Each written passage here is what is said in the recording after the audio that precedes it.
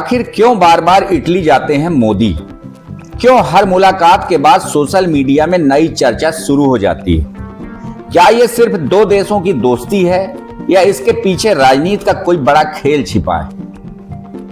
Video शुरू करने से पहले एक सवाल, क्या आपको लगता है कि नेताओं की विदेशी मुलाकातें सिर्फ फोटो खिंचवाने के लिए होती हैं? अगर नहीं, तो आज की कहानी आपको सोचने पर मजबूर कर सकती है। आज मोदी जी का वीडियो देखा नहीं देखा? देखा? व्हाट्सएप यूनिवर्सिटी वालों ने देखा? रील बनाई है हिंदुस्तान के प्रधानमंत्री इटली के प्रधानमंत्री को मेलोनी को मेलोडी टॉफी दिए हैं। नमस्कार, मैं अनिल द्विवेदी और आप देख रहे हैं गणित न्यूज। आज हम एक ऐसा मुद्दा लेकर आए हैं जिसे सुनकर शायद आप भी सोच में पड़ जाएं।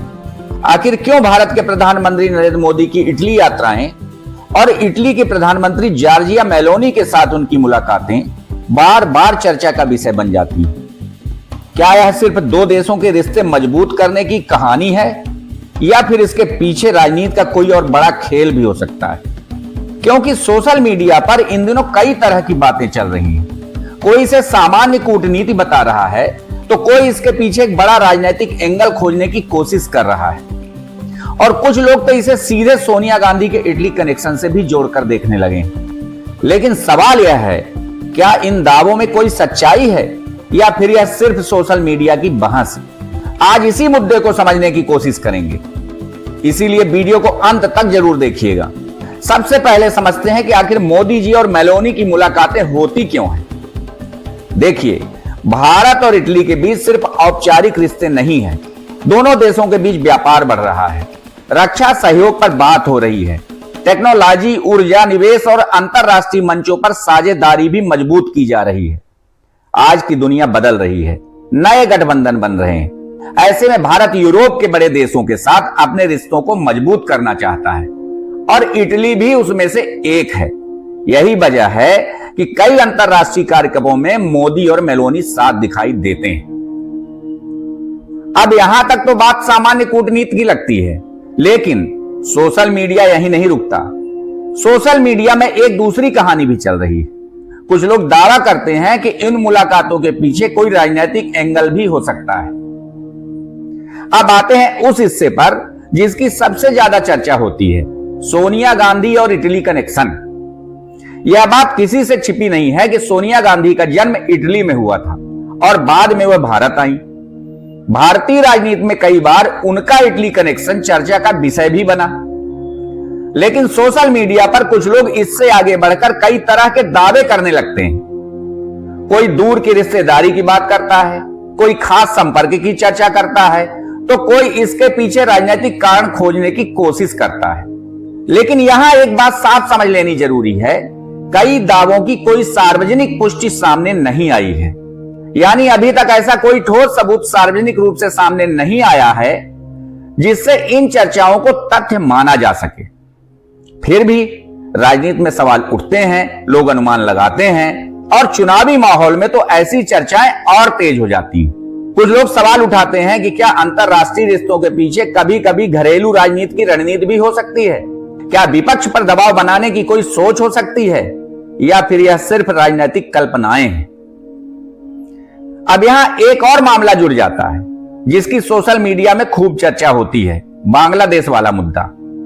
कुछ लोग कहते हैं कि भारत और बांग्लादेश के रिश्तों के दौरान प्रधानमंत्री मोदी और बांग्लादेश की तत्कालीन प्रधानमंत्री शेख हसीना की कई मुलाकातें हुई थी और फिर 2024 में बांग्लादेश में बड़े विरोध प्रदर्शन हुए, हालात बदले और शेख हसीना को सत्ता छोड़नी पड़ी।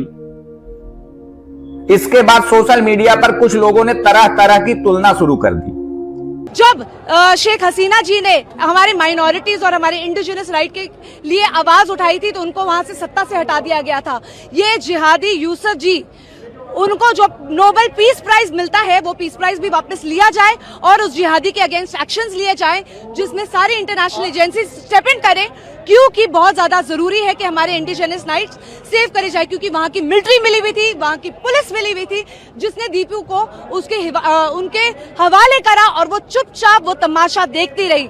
दीपू के बाद 4 ऐसे और इंसिडेंसेस हो चुके हैं, रोज ऐसे लोग जलते हैं। वो दीपू अकेला नहीं चला है, उस दीपू के साथ साथ मैं भी वो दीपू हो सकती हूँ, आप भी वो दीपू हो सकते हो, जो आगे जलाए जाएंगे जब तक हम स्टेप इन नहीं करते। मेरी भारत सरकार से सिर्फ 2 डिमांड्स है। एक तो रूल्स थोड़े बदले जाएं ताकि जो भी हिंदू है वो सेफ होके हमारे घर वापस आ सके, लेकिन इसके साथ साथ बांग्लादेश में एक छोटा राष्ट्र बनाया जाए जो हिंदुओं के लिए उन्हीं की मातृभूमि पे सेफ हो, जहाँ पे शरिया लॉ नहीं हो, जहाँ पे कॉन्स्टिट्यूशन में उनके माइनॉरिटी के राइट्स रहे और एक हिंदू राष्ट्र का झंडा फहराया जाए।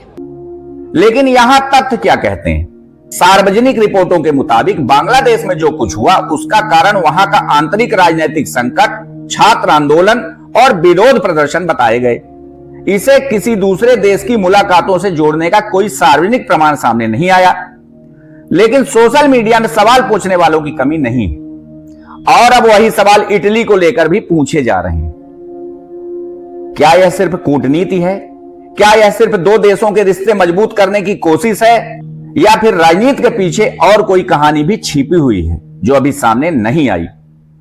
देखिए, सच क्या है यह समय और तथ्य की बातें हैं, लेकिन एक बात जरूर है, सोशल मीडिया की हर बात को बिना जांचे सच मान लेना भी सही नहीं होता, क्योंकि राजनीति में अफवाहें भी चलती हैं और एजेंडा भी।